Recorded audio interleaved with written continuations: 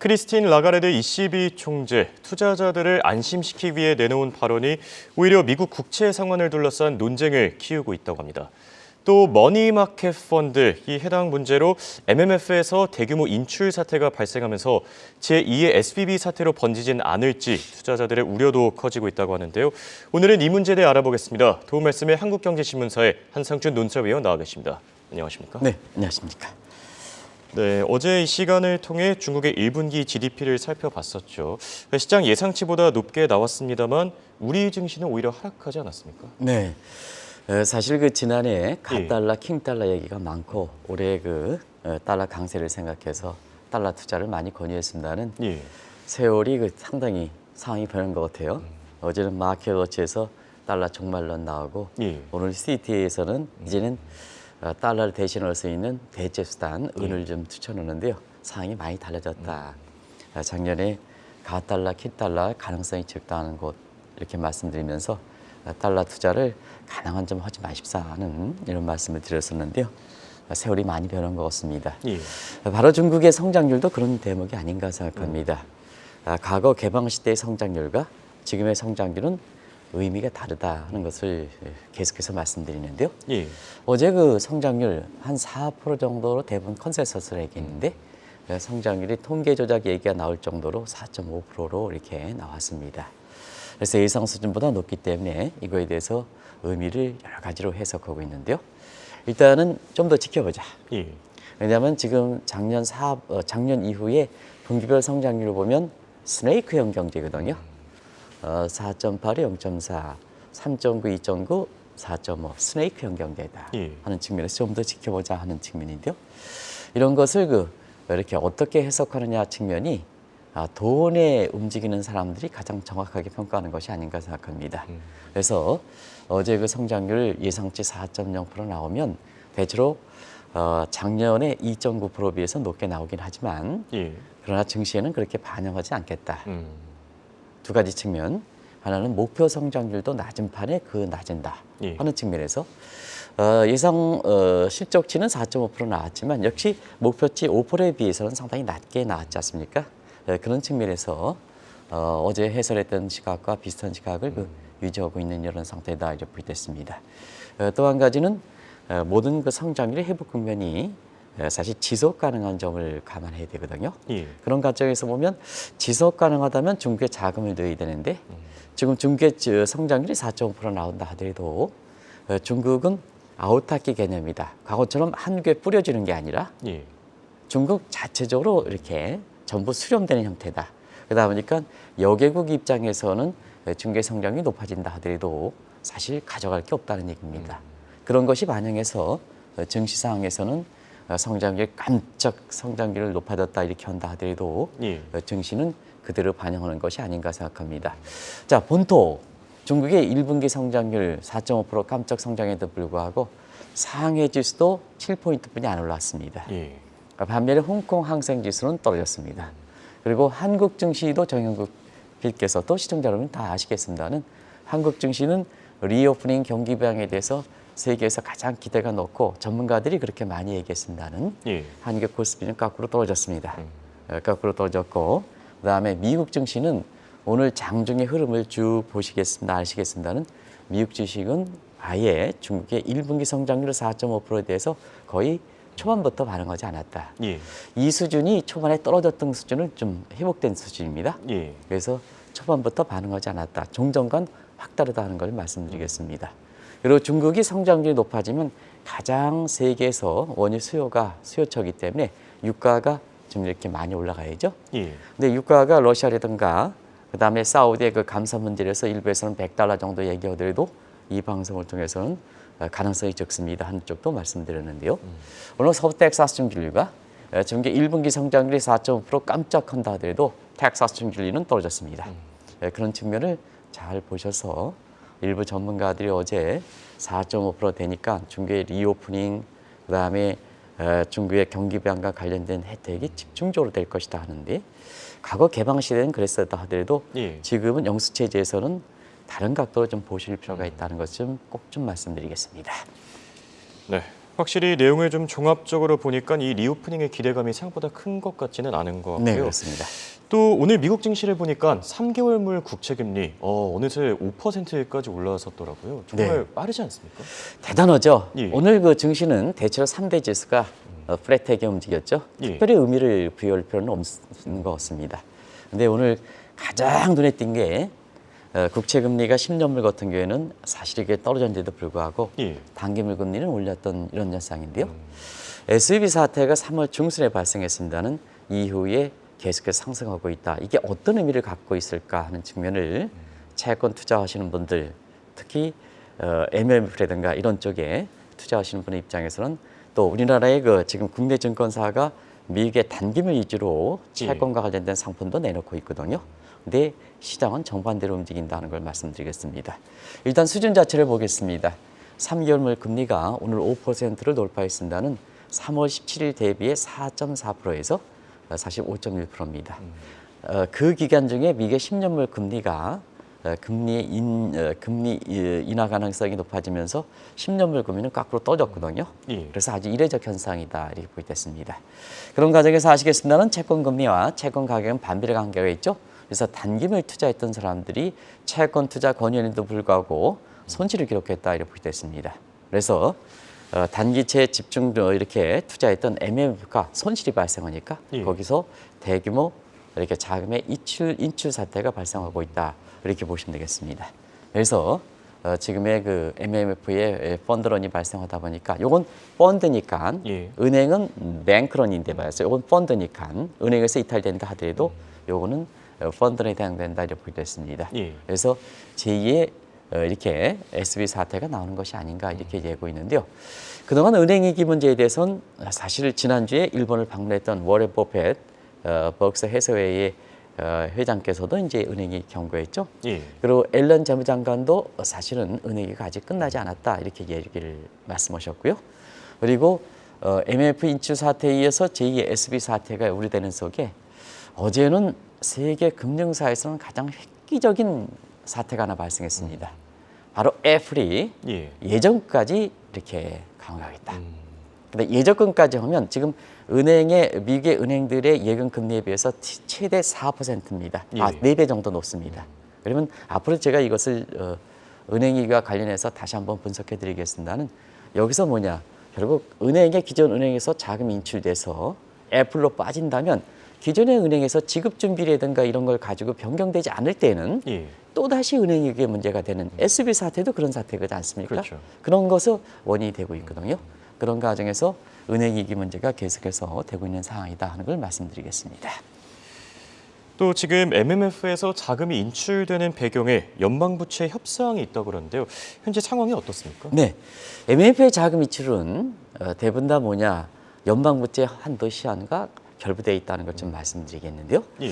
자, 연방부채 협상 시한 시청자 여러분이 너무 오래돼서 부분적으로 전해드리긴 했습니다는 지금 이 문제가 미국에서 이게 확 불거지니까 한번 그 상황을 좀 말씀을 드리도록 하겠습니다.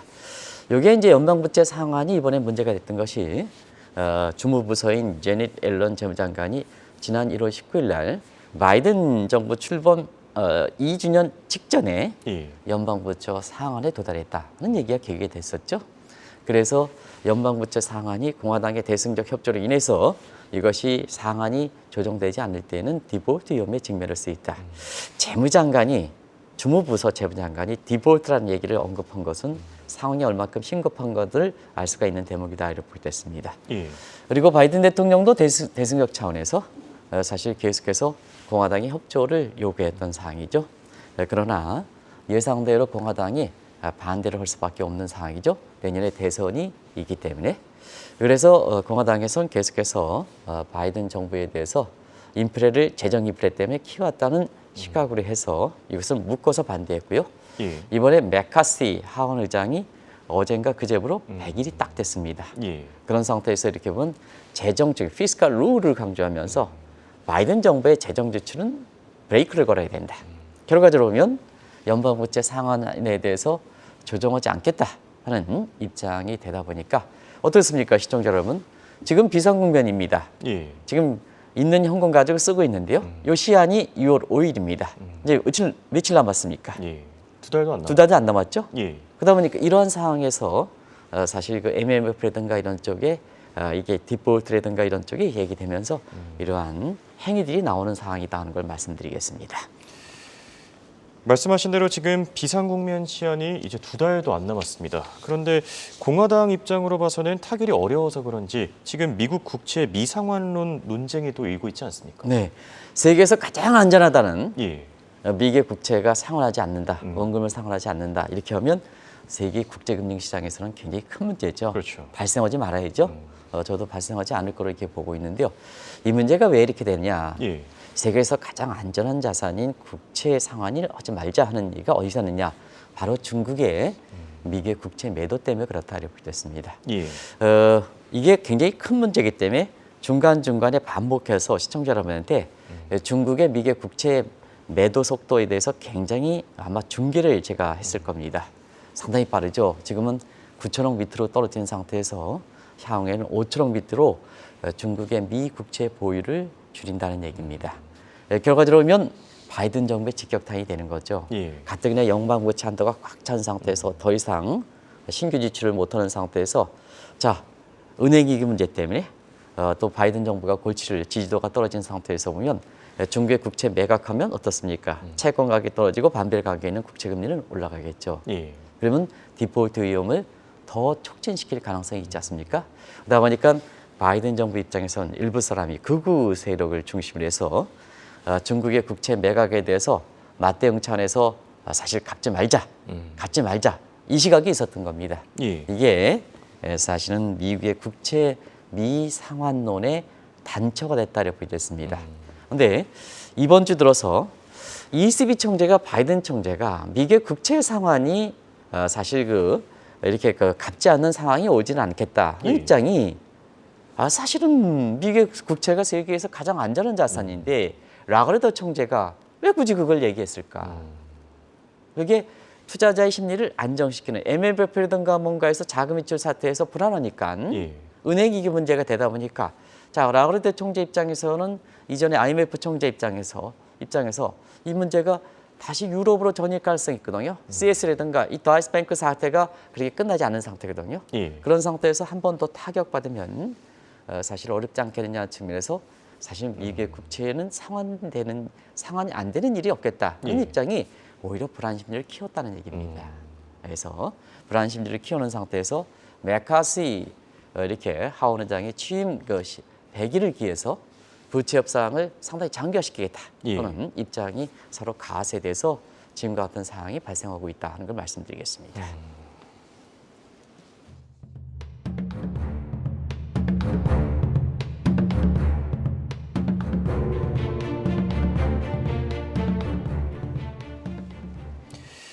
방금 전 자막에 적혀 있는 그대로입니다. 만약에 협상이 타결되지 않으면 미국 곧바로 부도하는 겁니까? 네, 사실 문제가 굉장히 중요하죠. 예. 일단은 지금의 상황 보면은 정상상이 아니라는 것은 시청자 여러분이 다 아실 겁니다. 1월 19일서부터 지금 2월까지 남아있는 현금 가지고 쓴다 이렇게 보시면 되겠습니다. 그래서 이미 연기금의 신규 투자는 지금 원칙적으로 금지하고 있죠. 그래서 지금은 보유 현금과 비상수단, 은행의 백업 패시리티, 페드의 백업 패시리티를 이용해서 지금은 6월 5일까지 견디는 상황이다 이렇게 됐습니다. 자, 그러면 이제 여기서 가장 중요한 것이 공화당의 지금의 상황으로 보면 또 메카시 하원 의장의 연방부채 합성은 상당히 장기화시키겠다 하는 입장으로 보면 자, 6월 5일 지나면 부도가 되겠느냐 하는 문제입니다. 예. 이게 이제 불안 심리를 키우는 거거든요. 그렇죠. 그런 과정에서 보면 몇 가지 대안은 있습니다. 근데 그게 합법적이냐 아니냐 이걸 좀 보실 필요가 있습니다. 예. 일단 코인 모니티제이션이라 해서 시청자 여러분께는 만드 모니티제이션은 잘 아실 겁니다. 부채 화폐. 근데 1조짜리 달러의 백금 주화를 발행해서 중앙은행이 가져라. 재무부가 이제 발행하면 그러면 이제 재무부 입장에선 중앙은행이 가져가라. 그러면 재무부 입장에서 1조 달러의 새로운 재원이 형성되겠죠. 그렇죠. 그래서 디폴트를 면할 수가 있죠. 두 번째는 아예 바이든 대통령이 연방부채 상한을 무시하는 방법입니다. 이게 이제 두 번째 방안이고 세 번째는 영구채 발행. 그래서 영구채 발행시켜서 이제 만기가 돌아오지 않을까. 이자만 갚으면 되죠. 예. 그래서 지금까지 이렇게 만기가 되는 것을 전부 그쪽으로 이렇게 리스케일링 하면 된다는 얘기입니다. 그리고 바이백하는 문제가 있고, 이 바이백은 뭐 시청자 여러분 잘 아실 겁니다. 그리고 가불제도. 옛날에 이거 한번 말씀드렸을 때 무슨 놈은 미국의 정부가 가불제도냐 이렇게 얘기했는데요. 자, 6월 5일에 비상국면이다. 그러면 이후에 타결된다. 그럼 페드의 돈을 미리 갑을 쓴다는 얘기입니다. 갑을 써서 이 연방부채 한도의 문제가 타결되면 그 위에 재원 가지고 페드에 되돌려주면 되죠. 그러니까 내가 이렇게 지금 홍해커에 지금 이렇게 회사에서 근무를 할 때 돈이 좀 지금 부족합니다. 근데 월급 임금은 25일에 나옵니다. 그러면 뭐냐, 지금 상황에서 디폴트를 쳐내는 것보다는 이 사주에 해당되는 홍해커 입장에서 좀 25일 월급을 생각해서 나를 좀 미리 꽂으세요. 이게 가불제도 아니겠습니까? 똑같은 제도다 이렇게 보겠습니다. 그리고 국유지를 매각하는 문제. 근데 시청자 여러분께서는 저런 제도가 익숙하지 못한 제도죠. 미국 국민들도 익숙하지 못한 제도이기 때문에 일종의 합법적 제도보다는 꽁수이다. 바이든 정부의 꽁수다. 그러면 지도가는 실제로 결부되지 않지 않느냐 하는 측면에서 사실 비상수단은 갖고 있어도 디폴트는 면할 거로 이렇게 봅니다는. 그러나 그 수단들이 미 국민으로부터 꽁수다. 바이든 정부의 꽁수다 할 만큼 지도를 끌어올 수 있는 수단은 아니다 하는 걸 말씀드리겠습니다. 사실 지금 이 문제에 대해 3대 평가사들도 예의주시하고 있습니다. 특히 무디스는 이미 디폴트 경고 내놓지 않았습니까? 네, 무디스가 굉장히 빨리 움직이죠. 왜냐하면 2011년에 사실 그때 연방부채 한도가 확 넘었을 때 S&P에 당한 수모 때문에 그렇습니다. 미국의 그 평가사는 양대사죠. 사실 영향력 정도를 보면 무디스가 더 높습니다. 그런데 S&P한테 그때 당시에 부채 한도 상환하면서 S&P가 미국의 신용 등급을 한 단계 강등시켰거든요. 그게 이제 무디스 입장에서 치욕의 달에 불렸습니다. 그런 상태에서 지금 무디스가 왜 이렇게 미국의 그 정부에 대해서 국가 신용 등급에 대해서 사실 그 부정적으로 이렇게 경고를 했을까 하는 측면은 당시의 상황보다 2011년 상황보다 지금의 상황이 이렇게 더 어렵기 때문에 그렇습니다. 일단 금리가 높아졌죠. 자, 그때는 금융위기 리만 사태 직전이니까 제로금리였습니다. 기준금리가. 지금 몇 %입니까? 5% 아닙니까? 그렇죠. 그러다 보니까 상황이 완전히 다르다는 얘기입니다. 두 번째는 부채가 엄청 커졌죠. 사실 지금 상태에서는 무디스라든가 이런 측면에서 이렇게 이 경고하는 문제는 루비니 교수도 사실 지금의 민간부채까지 합치면 GDP 대비해서 420%가 넘는다. 민간부채까지 하면. 그러면 420%가 넘는 건 어떤 수준일까? 중국이 사실 GDP 대비해서 310% 정도 되고 일본이 지금 민간저축률이 일본은 굉장히 높습니다. 그래서 GDP에서 270%니까 결과적으로 보면 기축통화, 미국의 국채 이런 안전자산의 혜택을 받을 수 있을 뿐이지 이게 이제 일종의 통화적인 측면에서는 시니어리지고 국제적인 측면에서는 세프티 시니어리지 이펙트다 이렇게 보실 수 있습니다. 이런 거에 혜택을 받았을 뿐이지 실제로 국채 그러니까 민간 부채라든가 합형 부채 규모는 세계에서 빚이 가장 많은 나라다는 얘기입니다. 그럼 이걸 지키지 못했을 때는 디폴트가 되지 않느냐 하는 측면에서 이번에는 무디스가 미국의 연방부채 한도가 협상이 타결되지 않을 때는 상당분 미국의 신용등급을 다시 한번 떨어뜨리겠다 하는 이런 경고를 나서고 있는 것이 아닌가 이렇게 보고 있습니다.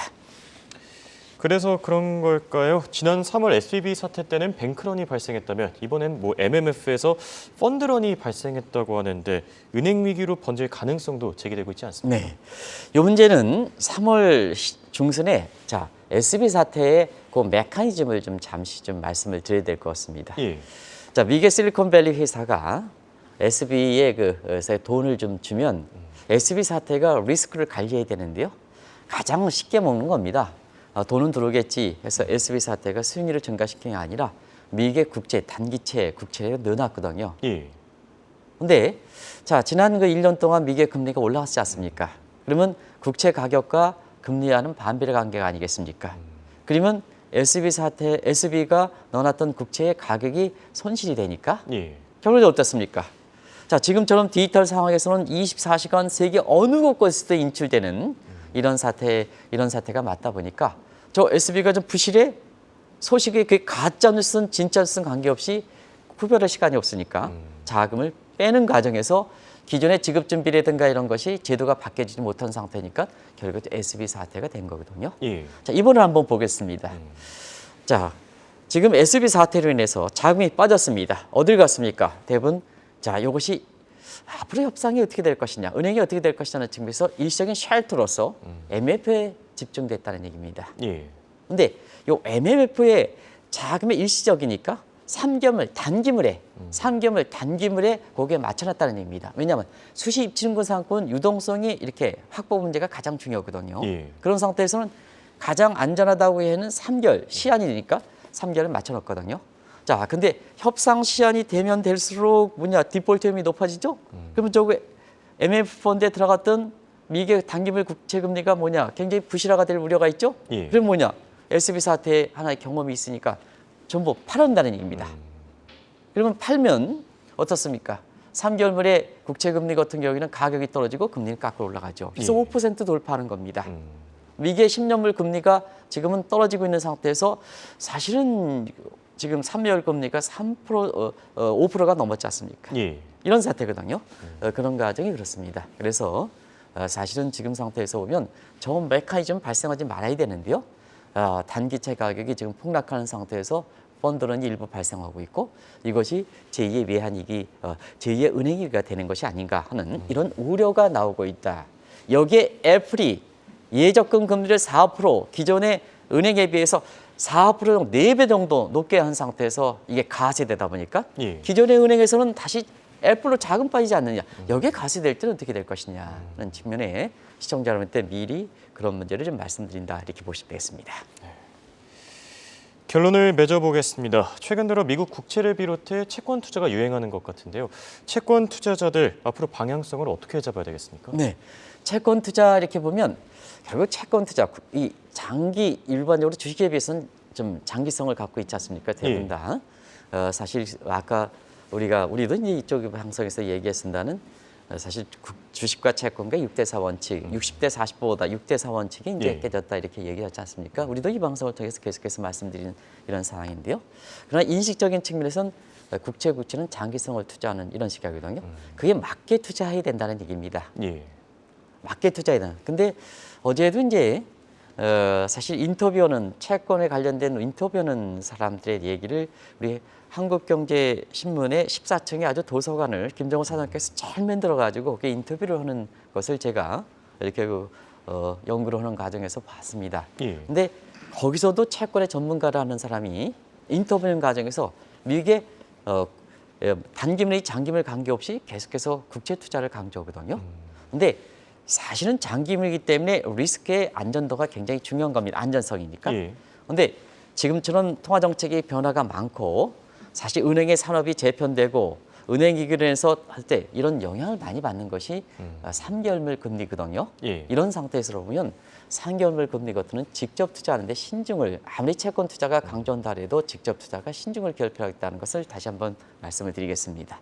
그래서 채권 투자는 금리 인하기에 적당하겠습니다는 매월 일정 금액씩 적립식으로 10년물 이상 장기물을 투자하도록 권하고요.